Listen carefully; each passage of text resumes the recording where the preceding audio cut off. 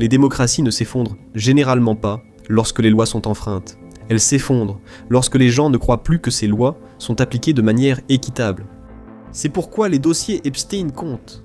Non pas parce qu'ils apportent quelque chose de nouveau à ce que l'on savait déjà sur Jeffrey Epstein, mais parce qu'ils révèlent comment le gouvernement américain se comporte lorsque ses institutions sont soumises à une véritable pression. Des années de secrets, de procédures bloquées et de demi-vérités ont transformé une affaire criminelle en un référendum sur la crédibilité du système judiciaire. Et ce que révèlent les dossiers est accablant.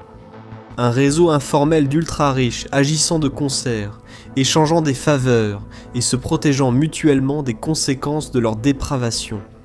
C'est le genre de complot que beaucoup supposaient exister, mais qu'on voit rarement exposé noir sur blanc.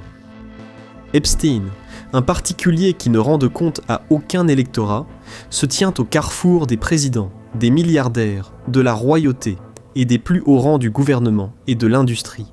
Dans cette strate de richesse et d'influence, les convictions politiques sont sans importance. Des responsables issus de camps idéologiques opposés lui ont offert leurs conseils, l'ont accueilli dans leur cercle et ont voyagé en privé avec lui. L'ensemble des faits mène à une conclusion sévère. L'éthique, la morale, la vérité, la justice et les principes n'ont jamais été des garde-fous maintenant la démocratie en place, mais simplement des contes rassurants racontés au peuple. Et c'est là que les dossiers Epstein font le plus de mal. Ils dissipent l'illusion d'un système fondé sur des règles dont dépendent les institutions américaines pour fonctionner, et produisent une ambiguïté institutionnelle, ce qui est particulièrement dangereux pour une démocratie. Les dégâts ne sont pas visibles à l'œil nu. Cela ne fait pas exploser des bâtiments, ni n'illumine le ciel, mais cela ronge silencieusement le cœur de la base du pouvoir américain, d'une manière qu'aucun missile ne pourrait jamais faire.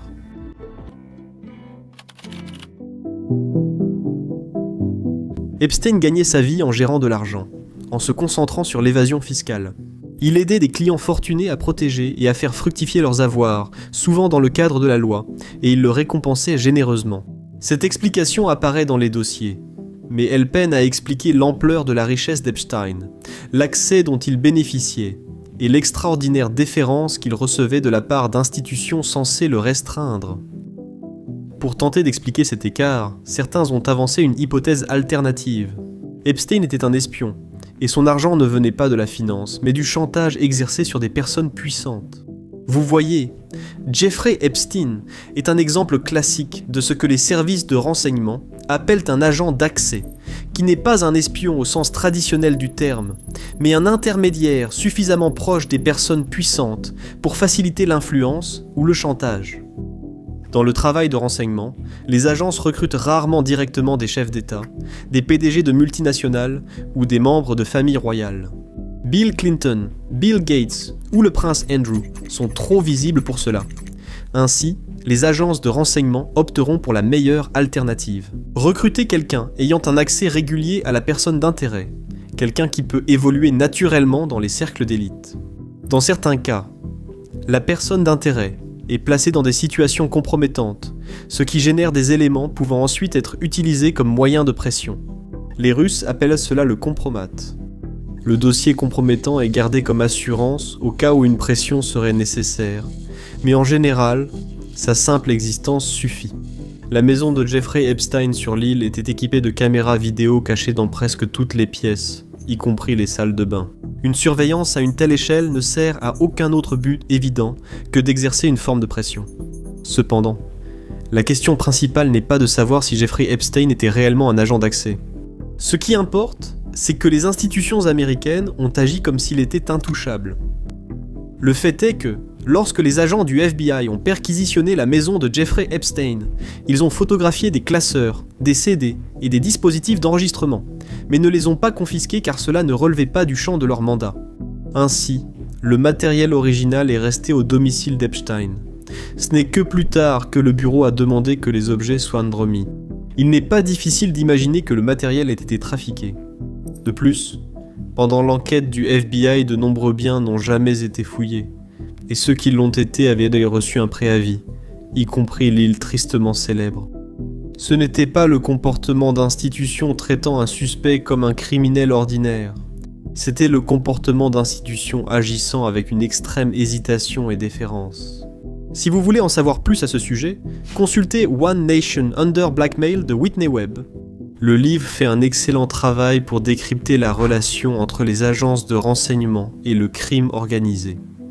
Vous pouvez vous procurer un exemplaire en utilisant notre lien affilié Amazon dans la description. Cela vous aidera à comprendre l'affaire Epstein mieux que n'importe quelle vidéo. Le même schéma d'impunité est apparu dans la réponse judiciaire.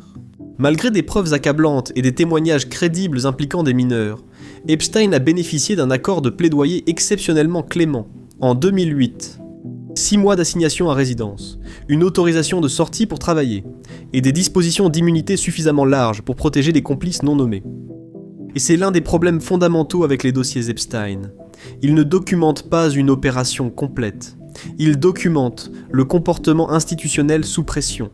Ils montrent comment les forces de l'ordre, les procureurs et les organismes de surveillance ont réagi lorsqu'ils ont été confrontés à un prévenu intégré dans des réseaux d'élite. Quoi qu'ait été Epstein, les institutions l'ont traité comme un problème qu'il valait mieux garder dans l'ombre. En conséquence, il est juste de supposer qu'il n'y aura jamais de véritable justice. Bien sûr, quelques gros bonnets pourraient finir derrière les barreaux, mais pas tous. Ce sera juste assez pour apaiser la colère du public. Cependant, la vérité complète restera hors de portée. Aucun contexte, aucune corroboration, et certainement aucune responsabilité. Et cela, en soi, pourrait suffire à accuser le système.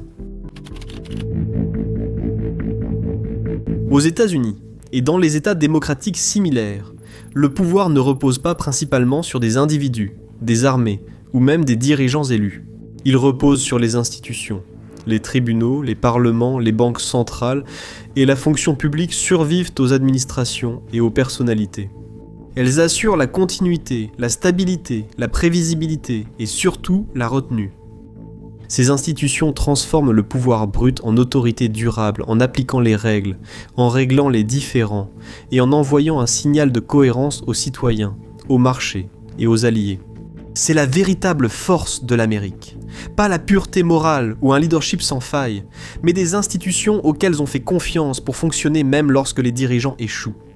Et tant que ces institutions conserveront la confiance du public, les Américains seront capables d'encaisser les chocs, quelle qu'en soit l'ampleur ou la portée. Cependant, dès l'instant où les institutions trahissent cette confiance, le pouvoir commencera à se vider de l'intérieur. Les dossiers Epstein révèlent un fossé grandissant entre les institutions démocratiques officielles et les réseaux informels de pouvoir des élites.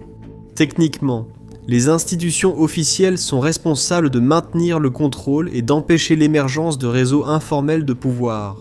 Mais les dossiers Epstein prouvent que ces institutions ont échoué. Pensez à la piètre enquête du FBI et à l'étouffement politique de l'affaire. Cependant, il faut un peu de contexte ici. Vous voyez, par nature, les agences de renseignement doivent opérer dans le secret, non pas comme un défaut, mais comme une nécessité. Le renseignement humain repose sur la tromperie. La transparence le détruirait. Cependant, les démocraties reposent sur le principe opposé. Les institutions doivent finalement rendre des comptes au public. Les dossiers Epstein se trouvent précisément à cette ligne de faille. Les dossiers sont partiellement publiés, les noms sont caviardés, et les agences ne confirment ni n'infirment leur implication. Tout cela produit ce qu'on appelle une ambiguïté institutionnelle, qui est peut-être l'état le plus dangereux pour une démocratie. En fait, l'ambiguïté institutionnelle peut être encore pire que la corruption ouverte et plus corrosive qu'un autoritarisme assumé. Dans un système corrompu, les gens comprennent encore comment fonctionne le pouvoir. Dans un système autoritaire, la peur apporte de la clarté. Mais dans un système ambigu, les citoyens, les responsables, les marchés et les alliés commencent tous à faire des suppositions. Les lois peuvent exister sur le papier, mais leur application devient sélective et imprévisible. Le gouvernement garde l'autorité, mais personne ne sait où sont les limites. En conséquence, les élites commencent à fonctionner sur la base d'hypothèses plutôt que de règles. Avec le temps, les tribunaux perdent la capacité de faire appliquer les lois, et les poursuites deviennent une question de négociation. Les enquêtes s'arrêtent complètement lorsque les agences concernées deviennent des outils au service de l'élite. Pendant ce temps, la responsabilité devient une notion du passé, car les citoyens en viennent à croire que toute la machine gouvernementale existe pour protéger les puissants. De l'extérieur, l'État semble intact, mais de l'intérieur, le gouvernement perd lentement sa légitimité.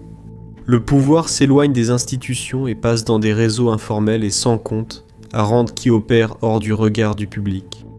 C'est précisément pour cela que les dossiers Epstein sont si dangereux.